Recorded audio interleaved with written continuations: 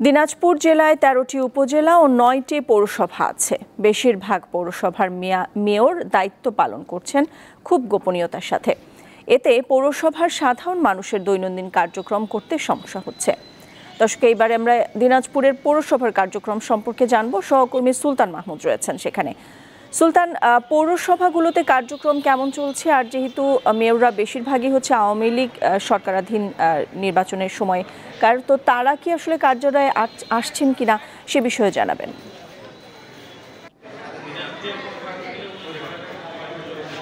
নাদিরা, দিনাজপুরের ১৩টি উপজেলার মধ্যে ৯টি কিন্তু পৌরসভা রয়েছে। এই পৌরসভার ৯টির মধ্যে কিন্তু ৬টি পৌরসভার মেয়র যারা রয়েছেন, বর্তমান যারা নির্বাচিত, এরা সরাসরি আওয়ামী লীগের রাজনীতির সাথে জড়িত ছিল এবং তারা আওয়ামী লীগের প্রতীক অর্থাৎ নৌকা প্রতীক নিয়ে কিন্তু তারা নির্বাচিত হয়েছেন।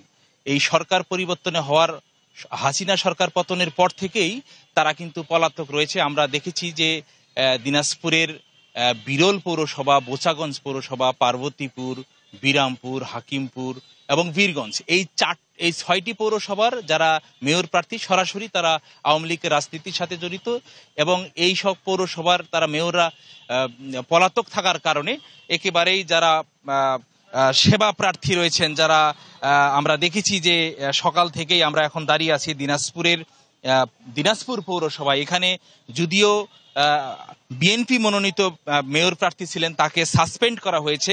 তার প্যানেল মেয়র যিনি আবু তৈয়ব আলী দুলাল, তিনি আওয়ামী লীগ সমর্থিত ছিলেন, তাকে কিন্তু দায়িত্ব দেওয়া হয়েছে। তিনিও কিন্তু আজকে আমরা এখন পর্যন্ত তাকে পাইনি।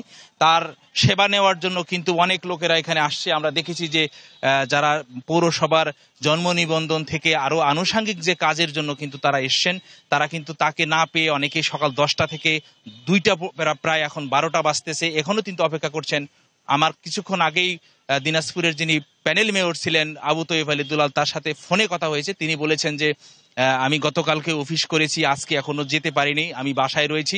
বাসায় কিছু লোকজনেরা আসছে, তাদের সাথে আমি কথা বলছি, কিছুক্ষণ পরে তিনি আসবেন বলে আমাদেরকে জানিয়েছেন। তবে আসলেই পৌরসভার যারা সাধারণ পৌরবাসী রয়েছেন, তাদের যে এই ভোগান্তি একেবারেই আসলে অতুলনীয়। তারা কেউ কেউ বলছেন যে যেহেতু এই সরকারকে পতন করা হয়েছিল, এই অনিয়ম এবং দুর্নীতির প্রতিবাদের জন্যই কিন্তু ছাত্র সমাজ প্রতিবাদ করে এই হাসিনা সরকারকে পতন করেছে।